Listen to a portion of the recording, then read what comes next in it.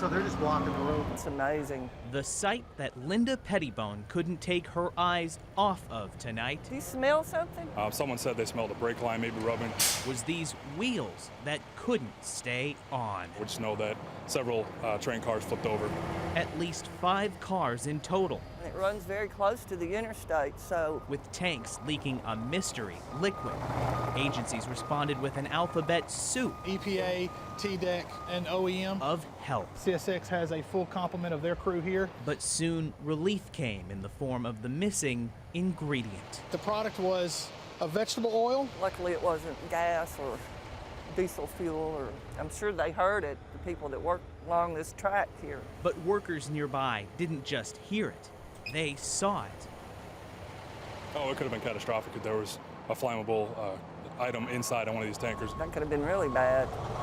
With this site now safe, See the big crane? the focus now turns to getting those wheels back on track. It's amazing somebody wasn't hurt.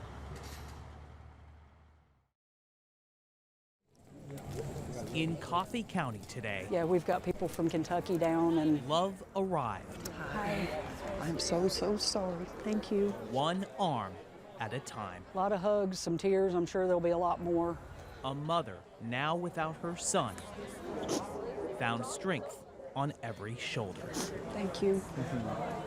I can't believe Channing would be bowled over if he saw this. He didn't even think anybody liked him. 16-year-old Channing Smith was like so many teens. And he hated algebra. He hated algebra. But like so many others, Channing's family says he had confided in a few that he was bisexual. After texting with another teen, his family says some of Channing's classmates posted screenshots online. He was so humiliated by what they had done that he killed himself.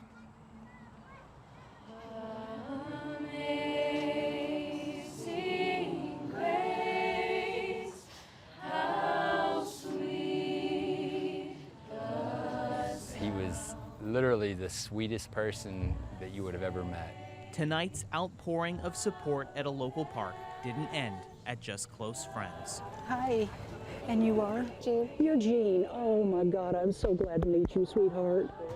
But under all this grief lies a painful message from Channing's mother. Just because you think it's cute or funny to make somebody embarrassed or humiliate them, think again.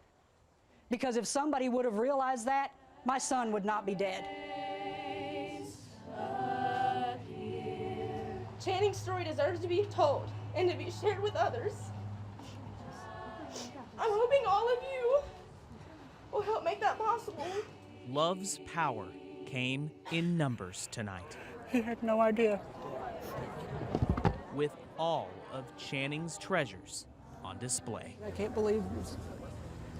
Oh, he was loved. Yes, he was. Jason Lamb, News Channel 5.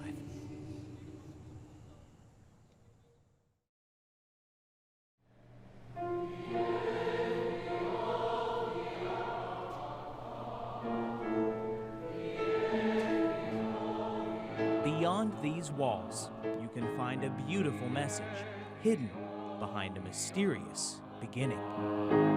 I felt a cleaving in my mind as if my brain had split. A story about something so basic and yet so complex.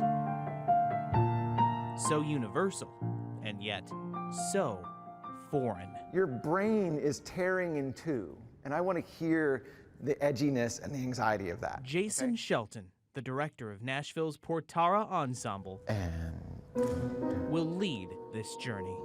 a little taller. His group will help reveal a path that at times can feel awfully lonely.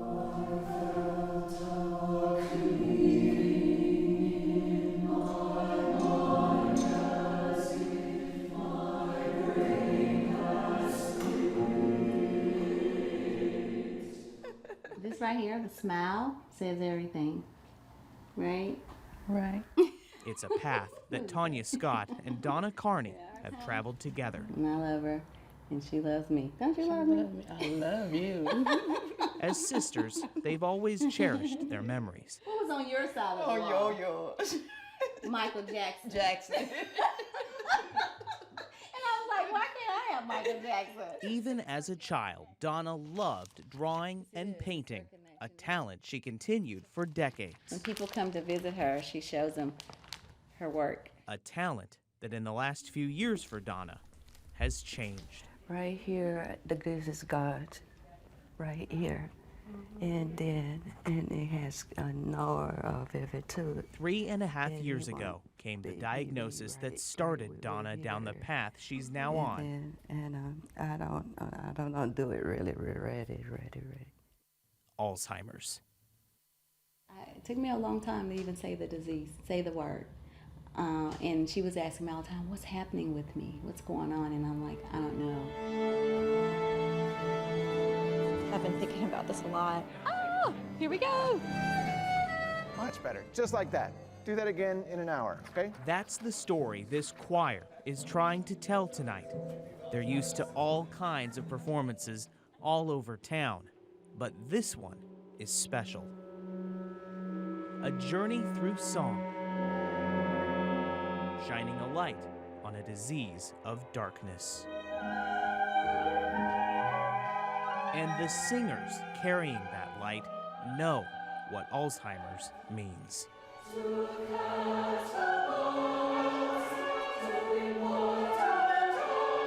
I was, I guess, in my 20s, and so, wearing a mini skirt or whatever it was, and she stage whispered across the room, like, that girl forgot to wear her pants. Long before Elizabeth Miller was a choir member, she was a granddaughter to Patricia Bernard. She was funny, and she was just, even to the end, would deliver one-liners. Years ago, Elizabeth watched as doctors listed off signs and symptoms and diagnoses.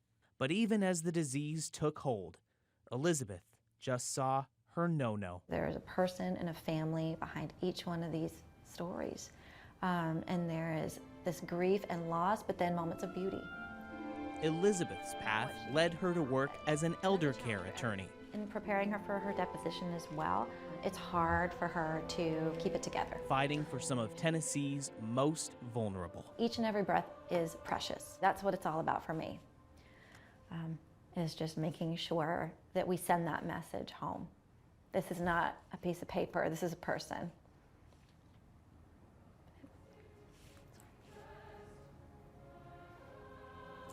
I'm sorry.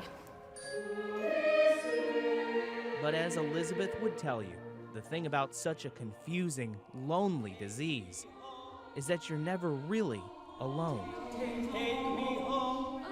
It touched all of us in a different way. I mean, we all have dealt with it. Sarah Chang's connection to Alzheimer's is as close as her photo album. I love going through them sometimes. From a time when pictures ended up in places other than a cell phone. It's crazy. It's like, oh, yes, this is how it used to be, right? 20 years ago, my college pictures. Sarah volunteered playing guitar at a senior center. They would talk about how much they loved music, how much they loved to sing. Good. I look the same, don't I? 20 years later. Even back then, she could see the power that a few chords could hold. It just helped me realize the power of music,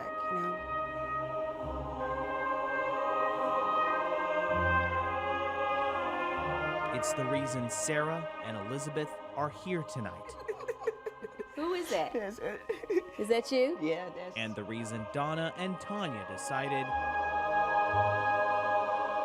they couldn't miss this performance either. Over the course of an hour, across 16 movements,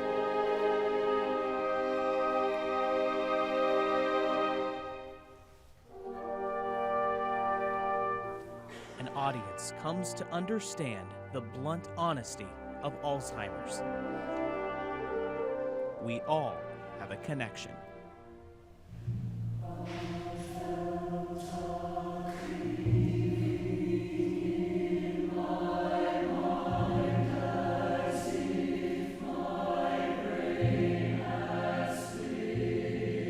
It's very hard hard to admit because some part of the way we're in denial too, that this is really happening and she's progressively changing. The choir sings of what Donna and Tanya know, the change of routine, the loss of independence, the heartbreak of it all. It was painful for me, that's just honest. It was very painful to see someone that's experiencing that and can't communicate it. But in the depths of this disease lies another truth, a triumph. Who am I? Who am I to you? You're my sister. There's always a love story behind each one. This is why we do what we do. All too often, Alzheimer's takes away the words we use to express all that frustration and angst that comes with the territory. But this performance got a message across in a way words can't. And the only way she could express herself was nodding her head and saying, yeah, like, you get it, you know. I think she looked at us a couple of times like, do you get it? And so, I get it. I get it. Yeah. For a disease that begins as a strange new world, this performance ended with a song steeped in familiarity.